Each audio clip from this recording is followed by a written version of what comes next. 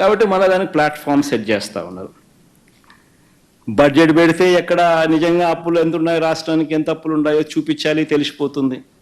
ప్రతి సంవత్సరం బడ్జెట్ డాక్యుమెంట్స్లో ఖచ్చితంగా రాష్ట్రానికి ఉన్న అప్పులన్నీ కూడా మ్యాండేటరీగా చూపించారు. కాబట్టి ఓట్ ఆన్ అకౌంట్ బడ్జెట్ ప్రవేశపెడతారు, ఒరిజినల్ బడ్జెట్ పెట్టరు, రియల్ టైం బడ్జెట్ ప్రవేశపెట్టకూడదు, పెట్టరు. సూపర్ 6లు సూపర్ 7లు ఎగరగొట్టాలి అని అంటే ఏం చేయాలి? ఇది బాధగా ఉందంటాడు, ఆవేదనగా ఉందని అంటాడు, కానీ రాష్ట్రం క్లిష్ట పరిస్థితిలో ఉందంటాడు, భయం వేస్తుందని అంటాడు. నిజంగా ఈయన యాక్షన్ చూస్తూ ఉంటే దాన వీర శూర కర్ణలో ఎన్టీ రామారావు గారి యాక్షన్ మీరు చూశారో లేదో కానీ ఆ యాక్షన్ మించిపోయాడు.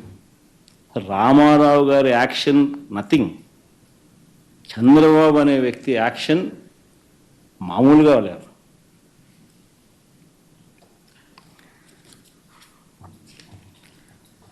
నిజంగా ఆశ్చర్యం కలిగించే విషయాలు ఇవన్నీ కూడా నేను ఏదైతే చెప్తా ఉన్నా. ఇప్పుడు తీరా రాష్ట్రానికి అప్పులు ఎంత ఉంటాయి? ఇప్పుడు బడ్జెట్ ప్రవేశపెట్టినారు కదా, వాళ్ళ బడ్జెట్ డాక్యుమెంట్లే చూద్దాం. వాళ్ళు ప్రవేశపెట్టిన బడ్జెట్ డాక్యుమెంట్ 2024-25. మరి ఇంత బిల్డప్ ఇచ్చినారు, ఇంత పద్ధతి ప్రకారం, పథకం ప్రకారం బురద జల్లే కార్యక్రమాలు చేసినారు, ఆర్గనైజ్డ్ క్రైమ్ చేసినారు.